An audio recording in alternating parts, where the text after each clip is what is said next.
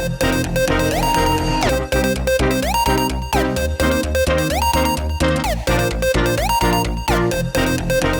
Ithaca Makerspace is down on Cherry Street, right in downtown Ithaca. We've just moved over to a new shared shop space. The Ithaca Generator has a mission to bring people together around their passions and interests while promoting the joys, values of making in all its forms, to cultivate a problem-solving mindset and become a hub for endeavors which build a thriving, robust, local and regional economy that celebrates the arts and sciences. We envision a future where each and every person, regardless of background, has access to the tools and training they need to be makers. This is a picture of all of us getting together around our handmade long table to share in classes and build some outrageous things. Our makerspace started after the deformation of the Cayuga Craftsman Club in 2010. And in 2012, we formed our 501c3 down at the Press Bay Alley, right on Green Street in Ithaca. Here's a picture of us painting our logo on the side of one of the buildings. In 2015 to 2018, we began outreaching to the public, performing and creating different community events that showed off what we make and also how we can share that with the community. One of our members had a great idea of starting a wizarding weekend based off of the Harry Potter books, which brought a lot of attention to the Ithaca area, as well as our small makerspace in the basement. A few years passed, and in 2018, we expanded to an above-ground space, adding ceramics as well as 3D printing and electronics. Everything was going well for us up until 2020 when the pandemic hit, and our community space couldn't be open to the public anymore. So we shut down to the vast majority of Ithaca and just opened up to create a line of personal protective equipment that we donated to local hospitals. And for a few years, we were relatively inactive, not being able to open our doors. And then in 2021, with our increased membership, we moved to a larger location on Cherry Street, able to bring all of our members together and reopen once again in 2022. We're an open source space. What that means is we have educational classes taught by our membership, which is made up of our own volunteers. We have a variety of accessible tools, from simple lasers. In that upper right-hand corner, we have a group of folks learning how to laser engrave wood to cut out small pieces for repairing our ventilation. Got to get a little scrappy every once in a while. We even have a variety of folks like Buddha Buck in this bottom left-hand corner, and Jason, who are educators for lathe-turn machine parts. Metalworking, in other words. Metalworking. We're collectively driven. The Ithaca Generator is a do-ocracy, so all of our members, whatever they feel like doing, we try to get behind them, push their ideas forward, and see if they can share that. We encourage creative solutions with sharing our ideas to allow us to do more together. We use a ranked choice voting system, which is a really interesting form of democracy where you can vote for no one at all or put them at the top of the chart. Our makerspace has woodworking, ceramics, metalworking, fiber arts, a bunch of musicians, computer scientists, printmakers, and light manufacturing. And this little clip, if you wouldn't mind playing it, is everyone who was hanging out at our workshop just last night. We've got some musicians hanging out on handmade instruments. Move through our open wood shop and printing zones. Over here, our ceramics, kiln, metalworking spaces. Onward, you can see some ceramic objects. This is our laser printer, so we're able to engrave and cut, manufacture small goods. We had one lovely project where we built a 3D printed cabinet to store a variety of mold making goods. So you'll see some of our 3D printers going right here with our members' projects.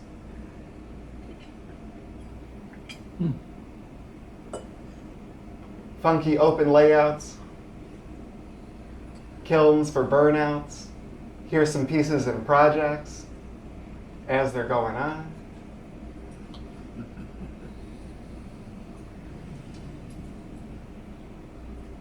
Computers that I have no idea how they work, but I'm glad that someone else does, even a Furby. Over here, small metal cast goods, sonic horns, and a variety of other manufacturing. An arcade cabinet, very important. These are some of our makers and their creations. This is my dear friend Sarah Charon, who uses plaster molds to create ceramic objects based off of dying fruit that she then burns out in our kilns. Here in the center, we have our new generator president, Phil Coffer, who has laser engraved some contemporary French curves for draftsmanship. And then over on the right, we have our dear bud Vic, who started Wicked Device, which is right up here by the airport, that manufactures air quality controllers and testing devices. You can see him soldering and putting together some of his first pieces at the generator before expanding into his new space. In the last year, we've added blacksmithing to our collection of classes and tools. We had one member build a small car. These two crazy cats in the center with their insane get-ups have developed a flip book kit, which is a tiny automated flip book that they put in a variety of things, like their hats. It's hard to see, but on the right we even have some large-scale sculptures which appeared at many different Ithaca fests. Sparky the Unicorn is a 2-story tall, light-up neon unicorn that Paris Hilton rode. And right here from Ithaca, we've got the quintessential birdhouse builds. Tiny kids, tiny tools, 3D printed pieces with our Ithaca Generator logo. My personal favorite thing to get into at the Ithaca Generator is classical metalwork. So there's an example of some tinsmithing there. The first project that I got to do at the Ithaca Generator was melting down some old silverware to turn into fresh new silverware. I might have lit a few things on fire while doing it, but it came out in the end. And in the top right, we have our friend Kirby, who runs a light manufacturing operation out of here and production in Indonesia, rebuilding an old bread truck that he now lives out of as he travels around the country. Stops off here once a year, uses our facility for a month, and then jets off. Doesn't even pay his membership. We've taken antique sewing machines and turned them into high-end tables. In the dead center there, we have an example of our new ceramics workshop. Elliot Wells sits here rebuilding his engine block to accept veggie oil on the cheap. There's a lot of folks who start businesses at the Ithaca Generator after getting their hands dirty with the tools. And in the bottom right, one of our heavy using members, Nicole Marino, manufactures laser cut Ouija boards. And this is her sending off $43,000 worth of product right from our space. Wow. Yeah, all scrap wood too. It's crazy. You can see some of the pieces up in the top right. Every week we have a swim meeting where members come and show us what they made every Tuesday. So here's an example of someone putting together a small architectural piece, as well as some handmade lighting and laser cut phone tchotchkes, I guess is the word. Good work. The Ithaca Generator functions as a business incubator for a lot of these folks. Sarah Charon moved her small single object manufacturing to doing vast quantities of handmade mold-made ceramics. Boxy Bikes, Wicked Device, Eco Jars, Ithaca Plastics, the Downtown Historical Society all secretly take advantage of our local makerspace. We even have one group that started a horticulture and LED company that uses LEDs to test for cancer with quite a bit of accuracy. My friend Chris Pelletier started a small company in collaboration with Cornell that used the Ithaca Generator to start 3D Bio, a biological 3D printing service. So if you've got someone who's lost an ear, they can print out a new one, which is wild, right here in Ithaca. The generator does projects and events in addition to being a space for makers to come and play around. We started the downtown Ithaca Wizarding Weekend. We've put on dance-a-thons for performing artists. The Beyond Art Collective, which is a group of our members that goes and does light installations. If you've been to the Commons in the last couple years for the Winter Light Show, that's been one of our projects that's gone on well. We've organized clothing swaps to recycle and upcycle old fabrics. We have a community boxy bike repair workshop. And we also engage with the Learning Web on their Youth Careers program. I was lucky enough to accept one of those kids to help me sand down a cafe table for hours on end, and I didn't have to pay him anything. It was beautiful. This is a picture of Greg, who is a robotics engineer who takes time on the weekends to show some of our younger members how to turn wood, which is not, his main thing, but it shows the craft. Feline, who's now off trading Bitcoin on the West Coast, was our lead organizer for our clothing swap. And over there on the right is our friend Karen's first time using welding to help us manufacture our Christmas and New Year's presentation from 2017. We ended up making 30 stars that dotted downtown Ithaca. It was wow. This is the result of our PPE production. We manufactured 3D printed, mold injected plastic visors and used an antique letterpress from 1927, a Sigwalt, in case any of you cats care, to cut all the visors and donate them to a variety of different hospitals. And here's some of our in use. The Ithaca Generator is at a new space. It's a little dusty in there, so in the next year we're hoping to expand to maybe having dust collection. Crazy, wild, never had it before. As long as it all goes well, we'll have plastic recycling. We're looking forward to some dovetail workshops for handmade woodworking. And we hope to expand to a second floor mezzanine in our oversized space. Yeah. There's a lot of wild things happen down at the Ithaca Generator. Great, we'll open it up for questions now. With a shared space like this, I can imagine it gets pretty crazy. How do you make sure you keep it tidy with so many people using it? We try our best to leave it better than when we found it, which does not always happen. It barely ever happens, but we're made up of our volunteers, so we're on each other to keep it clean. There's a lot of shared spaces. Metalwork gets into the woodwork, woodwork gets into the ceramics. But sometimes when you have that gyration, a little chaos, it brings new ideas to different people's projects. A while ago, we had a lot of sawdust that fell into the ceramic zone, and we ended up using it, burning it out in the kiln, and so we created a lighter ceramic body. So sometimes the chaos can bring a little joy. It's also open 24/7 with a lockbox. So you, as the spirit moves you, you can time your presence there to a good time when nobody else might be there. Sure, weekends are pretty busy. I myself have a membership, and so I made sure that the work I was doing for parts for my boat was done during times of at least a number of people there, like Tuesday mornings. So, David, you have a question? Sorry to be mundane, but how does it work financially? It's $35 a month for membership. That's it? Yeah, that's it. We're the cheapest makerspace on the East Coast, and it's wild, partially because we haven't updated our bylaws since 2012 when we formed it. So it works out for everyone's best interest. The other thing is that you've got, as Caleb pointed out, there's always some small business working in there at all hours.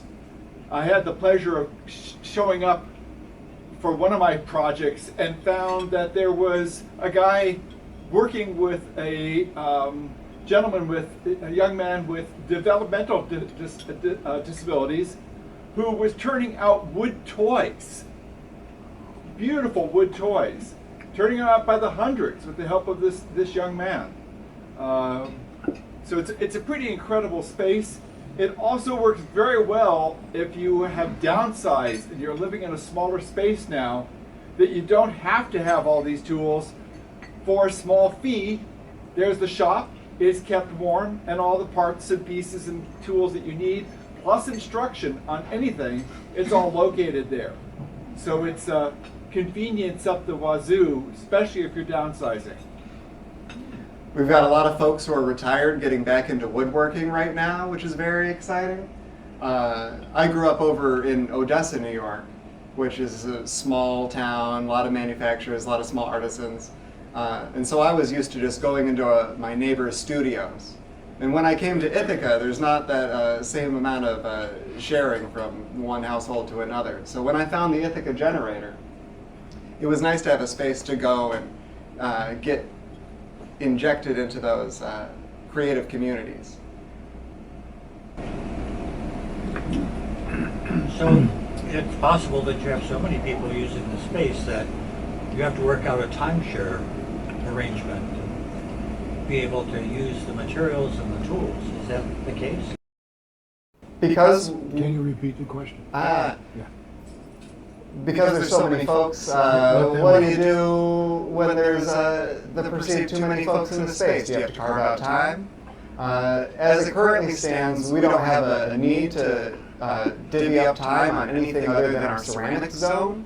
Most of the time, no one's really using all the woodworking tools at once, so it's very easy to come in and find your way through. Especially, we have a large variety of hand tools, and so it's easy to come in. There's usually not more than 6 folks working in the space at any one time. We're up to 120 members right now. Most of our members are very light users. They might only come in to do 1 or 2 home projects. And then we're quite sizably used by 2 to 3 small businesses that are getting off the ground at any one time. What do you do with maintenance? What do we do with maintenance? We conveniently enough pay someone to come and clean our space once a month, which is very nice. We have someone who's elected and volunteers to manage our tools and purchasing for any of our usables. Like every time I need a new bandsaw blade, I just let my buddy Ryan know, and one shows up a couple days later. So where are you located? What are you next to or across from? We're located at 233 Cherry Street, across from the widget factory, to the right of Found, the best antique store. Okay. Yeah. Tabor Street Automotive, which was on Tabor Street and is now on Cherry Street, is our direct neighbor. Still going by the same name though. I'm gonna go check it out. It's a really How many businesses have started at your incubator? Oh that my are God. now running commercially somewhere? at least over 20. There's a lot of small. I have if you want to pull up my business slide, I can count them real fast. Oh, jeez. But yeah, at any time we have about 30 folks. Ouija board maker, Nicole Marino has 3 different businesses that involve mold making and injection molding plastics for personal use products. We have someone who makes and laser engraves business cards full time. We have a couple furniture makers that use steel, recycled materials, and found wood out of it. I started my cafe there and built 2 bars and remanufactured espresso machines with our engineering sections. And we have about, we might have 15 ceramics right now who run their whole operation out of our space. $35 each? 35. I mean, a lot of them volunteer extra hours, you know, because it's such a good secret, you know. We have a couple seamstresses that run out of our space. Yeah. A lot of interesting electronics that I don't know anything about. And do these businesses publicize themselves? If I want to get something done to my whatever, can I find out if there's somebody who would do it? Oh, you can find that out at the Ithaca Generator. Recently, we had a group called Wonderful Wheelchairs come and address the board with requests for us to manufacture parts for wheelchairs that had fallen out of date or that the pieces are too hard to find. And so that spurred us to look forward and plan on recycling our plastic wastes. We have 3D printers that make it easy for us to make the decal molds and press molds. There's such a variety of people with wildly different backgrounds. It's pretty easy to find someone to grab hold of a project. Okay, one more question? Any more questions? All right. Yeah, I got one. Yeah, Well, thank you very much. Where do you get the big capital funding when you need a lot of new equipment or something to move forward? New equipment? New equipment? New equipment? Look, I've repaired the same table saw over and over again for the last 3 years. We usually ask our membership. Are completely member and volunteer funded. But in the last few years, we have reached out to Giving is Gorgeous. Which allowed us to expand our makerspace. We were kind of halted at 40 members, and after receiving some capital from them, we jumped up to 100 members and were able to move out of our basement shop and into this new shop on Cherry Street. But other than that, we usually just put out a call. We want this specific tool. Recently, our forge area, our blacksmith's forge, and anvil. That was funded out of pocket by our membership. And a lot of people just have loose tools. There's a lot of companies that have been going out of business. So it's also a tragedy, but these tools have to remain in use, otherwise they end up in the scrap. So it's easy to get them for cheap. That's great, thank you. That's great, thank you. Okay, a round of applause for our speaker. Thank you all for having me.